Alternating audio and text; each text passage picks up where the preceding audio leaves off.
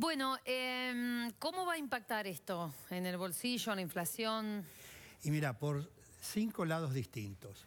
Primero, en las facturas de nuestros domicilios, que van a venir más altas.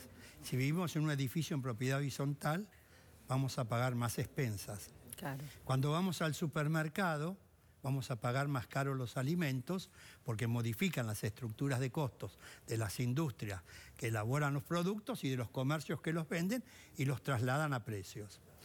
Va a aumentar el GNC cada vez que aumenta el gas natural.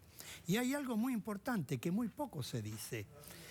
De acuerdo a la matriz energética argentina, el 65% de las usinas térmicas se abastecen con gas natural. Quiere decir que el aumento del gas natural hace que aumente la estructura de costos de la generación de la energía eléctrica, que además después va a aumentar la energía eléctrica por la quita parcial de subsidios y por la inflación.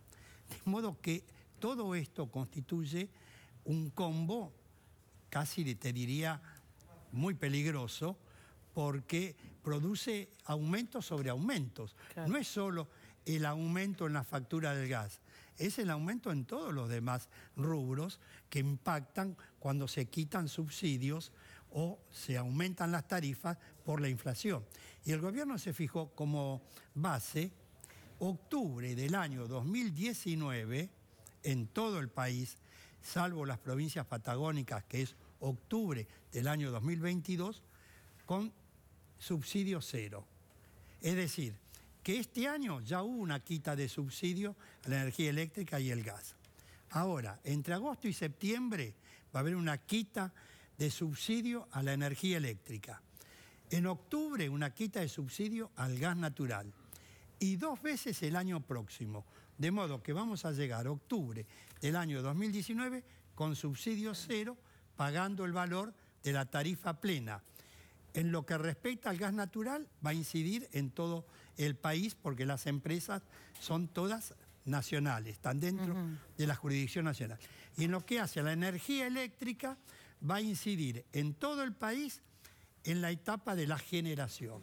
Y en la etapa de la distribución va a ser en el área de Edenor y de Edesur, que son 2 empresas que están dentro de la jurisdicción nacional.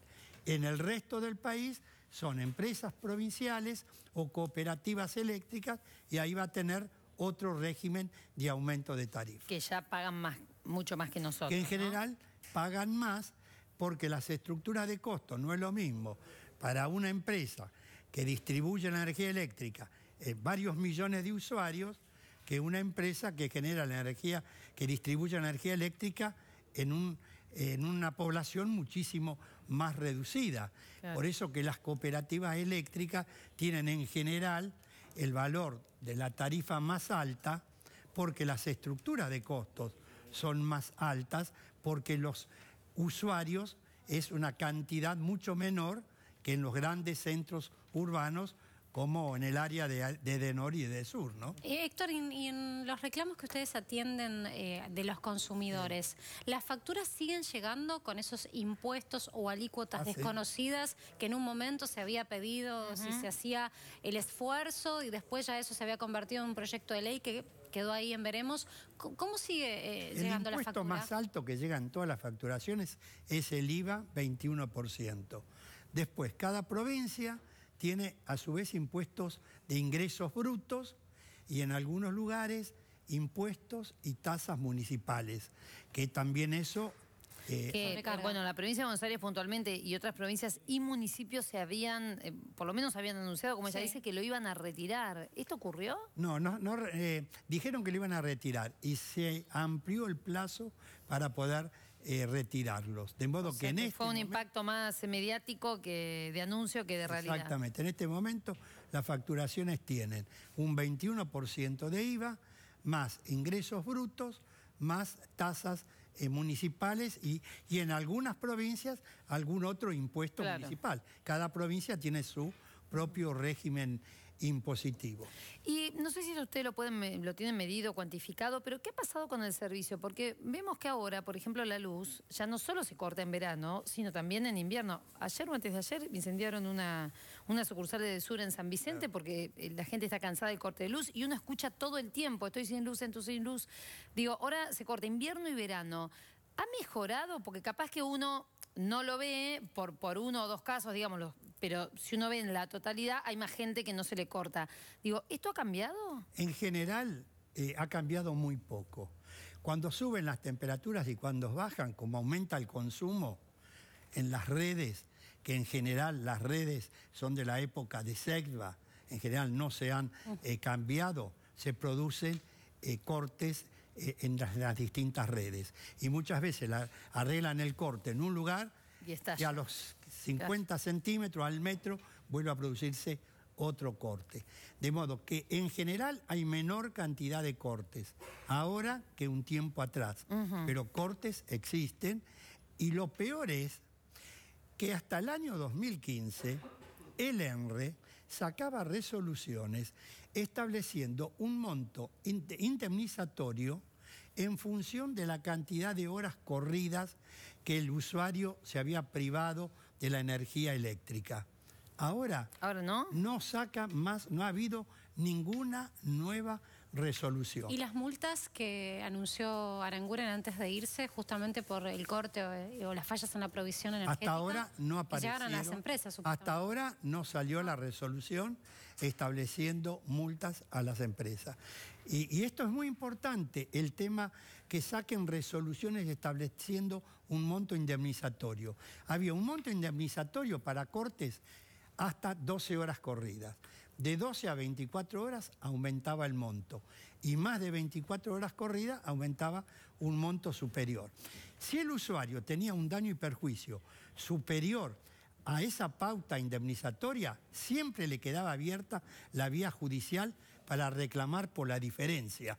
Pero el grueso de los daños y perjuicios se cubrían a través de estas resoluciones, que a veces también es cierto, las empresas las pagaban y otras veces la recurrían a la justicia y en la mayoría de los casos nunca las pagaron.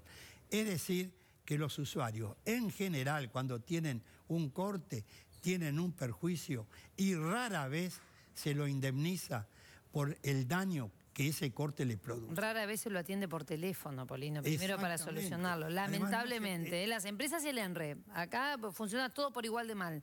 Efectivamente. Y como se tratan de servicios públicos, tendrían que prestar un servicio de buena calidad, porque no tienen competencia además. Claro. No pasan por las puertas de nuestros domicilios varios cableríos. Uno no puede elegir. No puede elegir. Es un servicio que se presta de manera monopólica y se viene prestando desde el año 1992. De modo tal que las empresas tuvieron posibilidades para hacer las inversiones necesarias para prestar un servicio de buena calidad y no lo han hecho. Héctor, ¿tiene idea de cómo funcionó finalmente la propuesta del gobierno de poder pagar en cuotas los aumentos que podrían haber llegado desmedidos o difícil de costear? Eso es para los bimestres, julio, agosto, ahora, julio, agosto y septiembre y octubre. El 25% de esa facturación se puede pagar en 3 cuotas, con un interés que puede llegar a ser del 1,5%. Pero, ¿tiene idea si la gente adhirió, si es algo recurrido? Y ahora lo vamos a ver. Cuando pero llegue. Había que anticiparse, ¿no? No, puede ser. Cuando te llegue la facturación, vos podés ir en cualquier momento a la oficina comercial y adherirte al sistema del pago en cuotas. Si vos pagás mensualmente, te lo van a dividir en 3 cuotas. Y si pagás bimestralmente, te lo van a dividir en 6 cuotas. Ahora, fíjense qué altas deben ser las facturaciones. Que en la última factura que distribuyó la empresa Fenosa en el área del Gran Buenos Aires, en el sobre venía la publicidad de una financiera Plus Crédito, ofreciendo un crédito de hasta 20.000 pesos Un delirio. para pagar la facturación. Facturas. Y sí, claro. El Enargas ahora le prohibió a Fenosa y al resto de las empresas hacer facilitar ese tipo de publicidad de empresas financieras para facilitar el pago de las facturaciones. Una última y muy breve, porque estamos a minutos de que se conozca algunos datos vinculados a la inflación y la canasta básica. La inflación de alimentos en junio saltó al 5,2%. ¿Cómo cierra la inflación de julio según la medición de ustedes? Y va a cerrar, no la tenemos hecha todavía, pero porque no finalizó el mes, pero seguramente va a estar alrededor del 5%. 4,5%, 5%.